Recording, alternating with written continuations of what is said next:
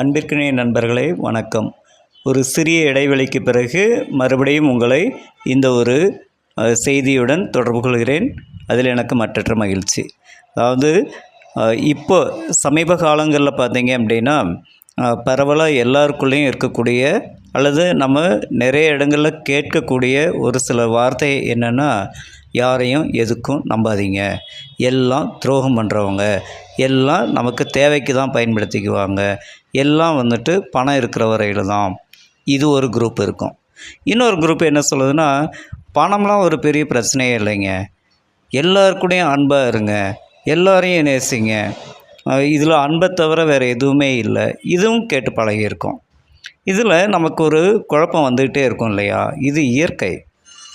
எப்படின்னா, நமக்கு வந்துட்டு ஒரு விதையை விதைக்கிறோம், அதிலிருந்து செடி வருது, செடிக்கும் தண்ணி ஊற்றுறோம், எல்லாம் பண்ணுறோம், நல்லா தான் அதுக்கு தேவையான உரங்கள்லாம் போட்டு வளர்த்துறோம், எல்லாம் பண்ணுறோம். அது நல்லா வளர்ந்து மரமாகுது.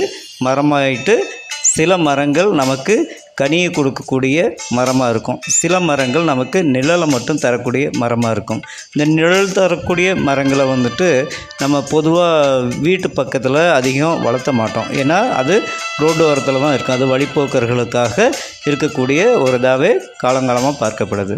வீட்டுக்குள்ளே பழம், காய், கனி இதெல்லாம் தரக்கூடிய ஒரு மரம், செடி, கொடியை தான் நம்ம வளர்த்துறோம். அதுலேயும் நம்ம என்ன பண்ணுறோம், நம்ம தான் விதை விதைக்கிறோம், ஆசையாக தண்ணி ஊற்றுறோம், உரம் போடுறோம், எல்லாம் நல்லா பண்ணுறோம். அது காய்கனி எல்லாமே கொடுக்குது. சில செடிகள் வந்து பூக்களை மட்டும் கொடுக்குது. ஆனாலும் ஒரு குறிப்பிட்ட நாளில் நம்ம என்ன பண்ணுறோம், மெயின்டெனன்ஸ் அப்படின்ற பேர்லையோ அல்லது இதெல்லாம் இடத்த அடைச்சிக்கிட்டு இருக்குது அப்படின்னு சொல்லி அந்த செடி, கொடி, மரங்களில் இருக்கக்கூடிய ஒரு சில பகுதிகளை, அந்த கிளைகளை வந்துட்டு நம்ம என்ன பண்ணுறோங்க, நம்ம வசதிக்கு தகுந்த மாதிரி கட் பண்ணி விட்டுக்கிட்டே போயிட்டுருப்போம் இல்லையா? அந்த கட் பண்ணி விட்டுட்டு நம்ம பார்ப்போம், ஆஹா இந்த செடி, மரம், கொடி இதெல்லாம் எவ்வளோ அழகாக இருக்குது அப்படின்னு சொல்லிட்டு அதையும் பார்த்து ரசிப்போம். வளர்த்துறதும் நம்ம தான், வெட்டுறதும் நம்ம தான்.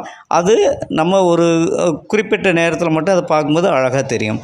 மறுபடியும் என்னது, எது நம்ம அழகுன்னு சொல்லி பார்த்து ரசிக்கிறோமோ அதுவே கொஞ்ச நாள் வளர்ந்து அப்படியே வரும்போது மறுபடியும் நம்ம என்ன பண்ணுறோம், அதையே வெட்டி அது தேவையில்லாத பகுதின்னு சொல்லி நம்மளாக எது ஆசையாக வளர்த்தணுமோ அந்த இதையே வந்துட்டு நம்ம என்ன பண்ணுறோங்க, பார்த்து ரசித்து பழகினதையே நம்ம வந்து வெட்டிட்டு அதோட ரைட்டு அப்படின்னும். ஆக ஒவ்வொன்றுமே புதுப்பிக்க நம்ம தேவைக்கு தானே பண்ணுறோம்.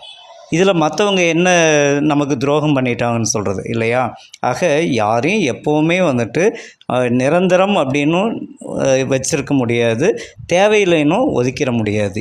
எல்லாமே இந்த உலகத்தில் இருக்கக்கூடிய அனைத்துமே ஒன்றை ஒன்று சார்ந்தது தான். அது அதனுடைய தேவைக்கு ஏற்ற மாதிரி தான் இருக்கும். நமக்கு ஆசிரியர் பெருமக்கள் 1ஆம் கிளாஸ்லேருந்து +2 வரையிலும் படித்தாலும் காலேஜில் படித்தாலும் நமக்கு அவங்க ரொம்ப ரொம்ப பிடிக்குது தான். ஆனால் அதுக்காக நம்ம அங்கேயே இருக்க முடியுமா? வளர்ந்து வரோம் இல்லையா? அதே போல் தான் வாழ்க்கையில் எல்லா பகுதியுமே.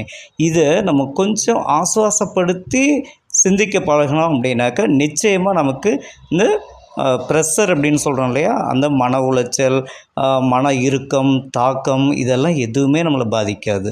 ஸோ இனி வர